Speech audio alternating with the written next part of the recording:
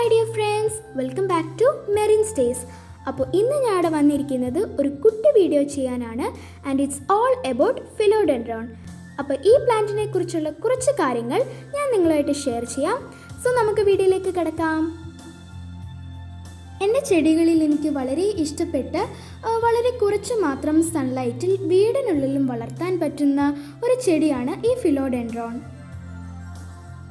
ഈ ചെടി നമുക്ക് വെള്ളത്തിലിട്ട് വളർത്താം, അതുപോലെ തന്നെ ചെടിച്ചട്ടിയിലും മണ്ണിലും നട്ട് ഈ ചെടിയെ വളർത്താവുന്നതാണ്. ഈ ചെടി നമുക്ക് വളരെ സിമ്പിളായിട്ട് തന്നെ വീട്ടിൽ വളർത്താൻ പറ്റും. വലിയ പരിപാലനമൊന്നും ഈ ചെടിക്ക് ആവശ്യമില്ല. ഒരു ഇൻഡോർ പ്ലാന്റ് ആയിട്ട് വളർത്തുകയാണെങ്കിൽ ആഴ്ചയിൽ ഒരിക്കലോ അല്ലെങ്കിൽ 2 ആഴ്ച കൂടുമ്പം ഈ ചെടിയെ നമ്മൾ പുറത്ത് വെച്ച് അല്പം സൺലൈറ്റ് കൊടുക്കുകയാണെങ്കിൽ ഇതിൻ്റെ ഇലകൾക്ക് നല്ല പച്ച നിറമുണ്ടാകും. ഈ ചെടിയുടെ പ്രത്യേകത ഇതിൻ്റെ ഇലകളാണ്. ഹാർട്ട് ഷേപ്പിലാണ് ഇതിൻ്റെ ഇലകൾ കാണപ്പെടുന്നത്.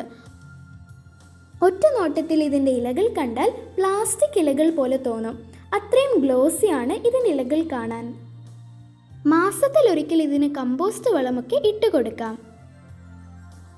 ഇടയ്ക്കൊക്കെ ഇതിൻ്റെ ലീഫ് തുടച്ചു കൊടുത്താൽ നല്ല മിനുസത്തോടെ തന്നെ ഇരിക്കും. നല്ല ബുഷിയായിട്ട് തന്നെ നമുക്ക് ഈ ചെടിയെ വളർത്തിയെടുക്കാം.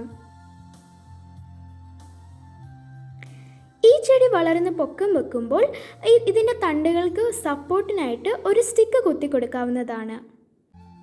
ഇൻഡോർ പ്ലാന്റ് ആയിട്ട് ഇതിനെ വളർത്തുകയാണെങ്കിൽ ഒന്നിടവിട്ട ദിവസങ്ങളിൽ ഇതിന് വെള്ളമൊഴിച്ചു കൊടുത്താൽ മതിയാകും. വളരെ എളുപ്പത്തിൽ കുറച്ച് പരിപാലനം മാത്രം കൊടുത്ത് ഭംഗിയോടെ വളർത്താൻ പറ്റുന്ന ഈ പ്ലാന്റിനെ എല്ലാവർക്കും ഇഷ്ടമായെന്ന് കരുതുന്നു. ഈ വീഡിയോ നിങ്ങൾക്ക് ഇഷ്ടമായെങ്കിൽ ലൈക്ക് ചെയ്യുക, ഷെയർ ചെയ്യുക, സബ്സ്ക്രൈബ് ചെയ്യുക. പുതിയൊരു വീഡിയോയുമായി വീണ്ടും കാണാം. ബൈ.